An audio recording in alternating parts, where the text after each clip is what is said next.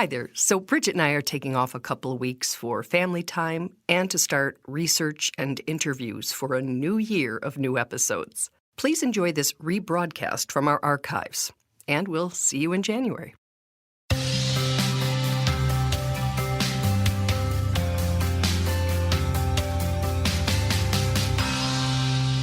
Welcome to the Giving Voice to Depression podcast. We're your co-hosts, Bridget and Terry. Each week, we explore a different perspective on or experience of depression, because it varies in form and severity, affecting us differently. Our guests share intimate details of their struggles, coping strategies, and recovery.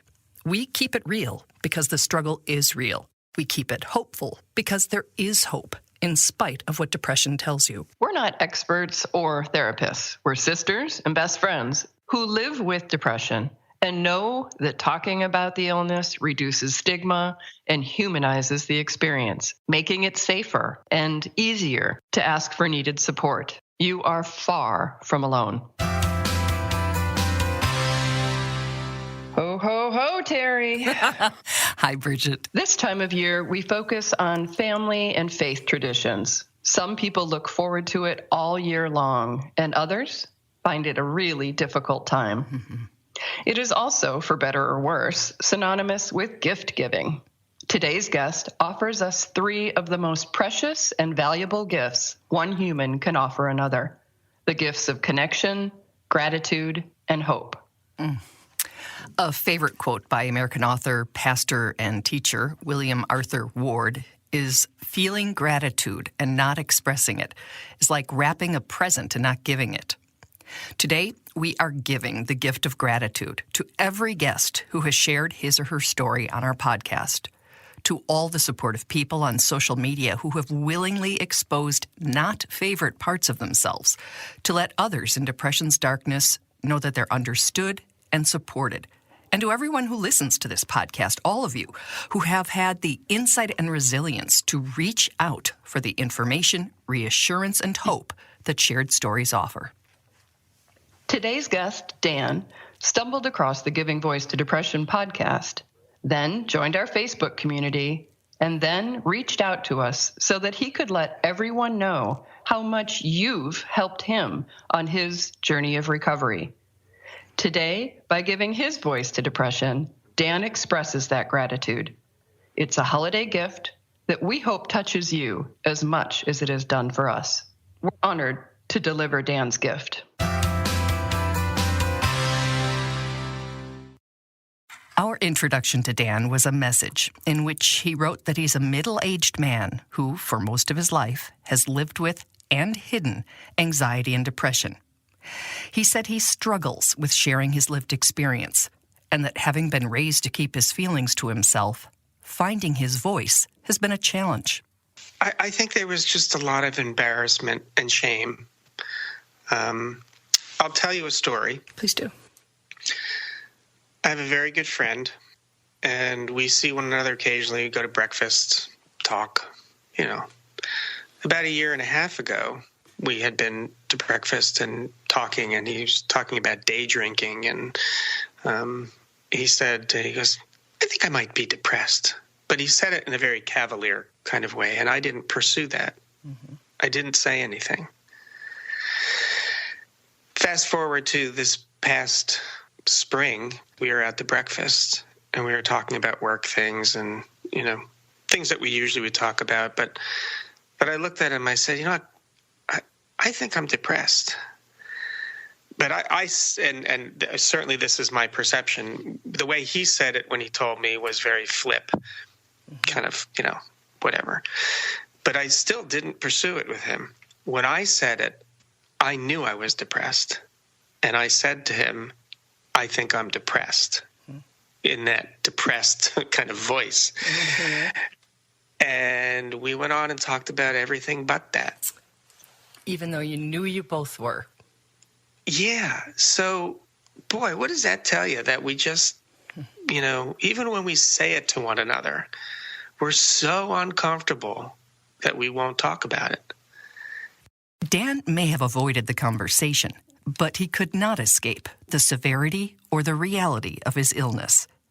At the time, he was dealing with the recent death of his father, chronic back pain, a serious family medical situation, and other factors that teamed up with his depression. It was not a fair fight. Dan required hospitalization to survive it. And I work in a world that is absolutely extroverted, which is why I think at this stage of my life and with all the other life events that have had happen in the past 2-3 years, again, that energy it takes to be someone you're not really. Mm-hmm.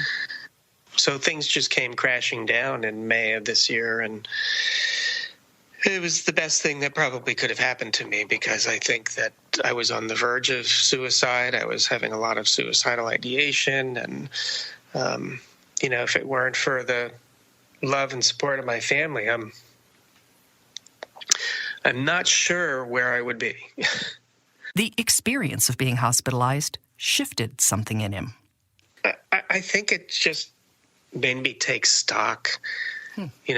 When you're sitting in a hospital room, and going through the process, and then going through the different therapies, and it just made me sit back and say, I not only do I have to do something, but I have to keep doing that something. One of those somethings is the recent decision to share about his mental health challenges. Dan says he was inspired by all the others who have shared about their struggles, resilience, and recovery. Is this the first time you've spoken publicly about it? Yes. Yes, it is. It was a very bold move, and I appreciate it, and I appreciate that you trusted us with your story.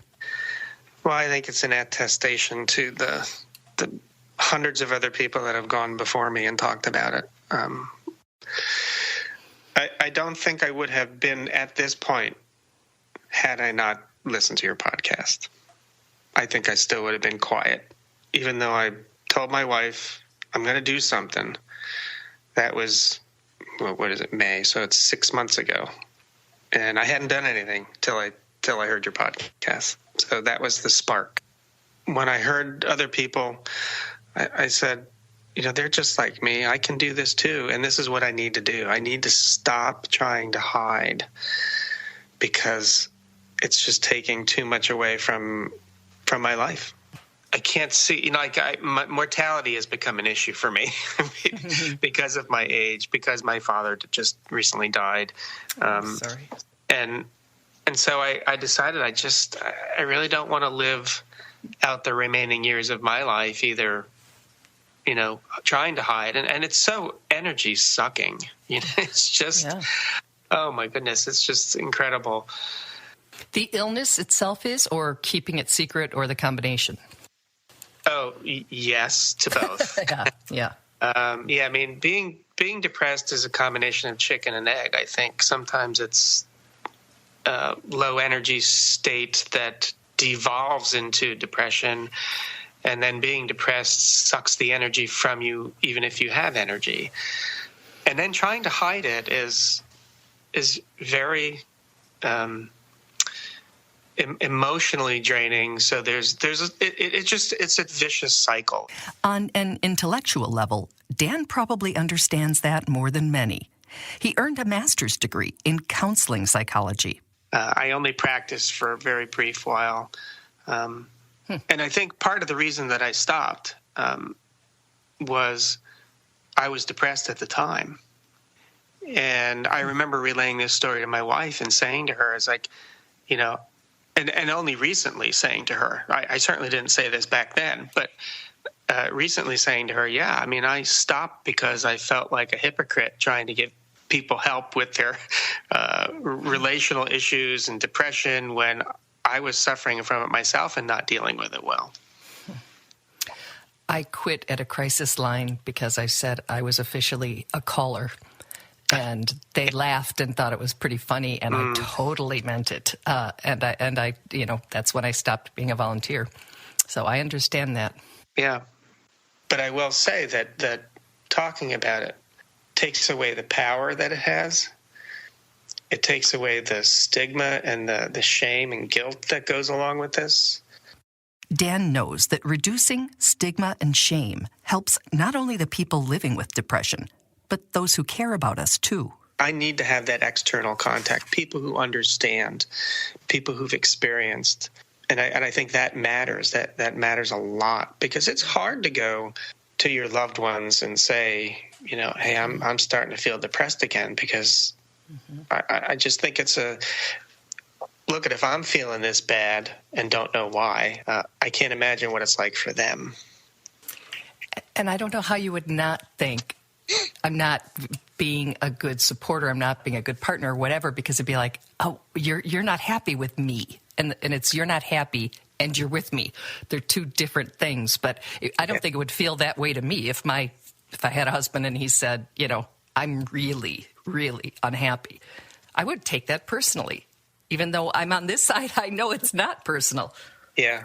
The first thing that I said to my daughter the day that I was hospitalized, because she's the one that I called, was, I'm so sorry I'm doing this to you. Oh. And I look back on that, and I think that in itself was really, how I felt. I felt like I was doing this to other people, my depression, and the way I was dealing with it. And in reality, there's a sliver of truth to that. When we're, or at least when I'm depressed and withdrawn and isolating, and I think you say this as part of what you say at the beginning of your program, is that, we may have depression, but others suffer along with us. Given the statistic that in any given year, 1 in 5 adults will experience a diagnosable mental health challenge, it is very unlikely that you're the only one in your family or social circle who is secretly struggling. I've had many good conversations with my 25-year-old son, who has had periods of depression in his life as well, but he's much more open about it than I ever was at his age. And so the more we talked, the more I wanted to talk. So I give props to my son for, being strong enough to have those conversations with me, because I can't imagine myself having these conversations with my dad. No, but it is a different time. But it also says a lot about you. It's a real compliment to you as well, as a father. Yeah. Yeah, that's what he said to me too. Good. And as proof of just how deeply embedded that stigma is, even in those of us who are fighting it. When I looked at myself, I was like, I had absolutely no reason to be depressed. I had a very good paying job. I have a great family. I get to do all this wonderful traveling. There's no reason I should be depressed. I'm a white male. I have cultural privilege in that respect. But depression is indiscriminate. It doesn't care. And neither one of us would ever say, there's no reason in the world I should have diabetes. Yeah. I have a loving relationship. I have a good job. I get to travel. What does that have to do with anything? Yeah, and yet we still sort of take that on. It's like you feel guilty for having what is an illness. Yeah, exactly. And that's why I this whole what we tell ourselves is really big. It's huge. I just can't count. I don't have enough digits to count how many times during the day I'm telling myself negative stuff. I just, and I would never do that to someone else. No. Never. No. And are you sure it's you telling it to you and not depression telling it to you? Oh, yes. I mean, me and depression are kind of indistinguishable sometimes. Major life and attitude changes are strange things. They can start inside and then manifest in new behaviors. Or we can start doing and saying things differently, faking it till we make it, long before the inner shift has actually taken hold. Well, I don't know that it's been long enough to be a change. Okay. I think that I'm still, it's not like somehow magically by talking and doing these things, I no longer feel shame or guilt. That is certainly not the case. I still feel that. What I think the most immediate thing that it has done for me is allowed me to to try to describe what I'm experiencing so people can understand, especially my family. And I'm still working on doing that for them. I don't know that I've done the best job because it's just hard to put into words. So talking about it just takes that power away. It does. And again, I've lived for my whole life with this in one form or another. So it's going to take the rest of my life maybe to get it to be where it doesn't bother me anymore. It just doesn't bother me. But I'm not there yet. I just know that doing stuff like this is what I need to do. Again, Dan credits the guests who have shared their stories here and on social media. But any sharing, any connection, any honest exchange that lets one suffering human know they are heard, understood, supported, and not alone has great value wherever it takes place. And this episode is a sincere thank you to everyone who has shared anywhere, as well as to those who aren't quite ready to, but who are listening and learning. I think what's helping me too is understanding that I'm not living in a vacuum. There's plenty of other folks who experience this in their own unique way, and we all need to support one another through storytelling, through things that work, things that don't work, and destigmatizing this. Thank you for everything. Lovely to meet you. It was a pleasure to meet you too, Terry. Oh, Dan, your courage to stop hiding and speak up inspires me. Me as well.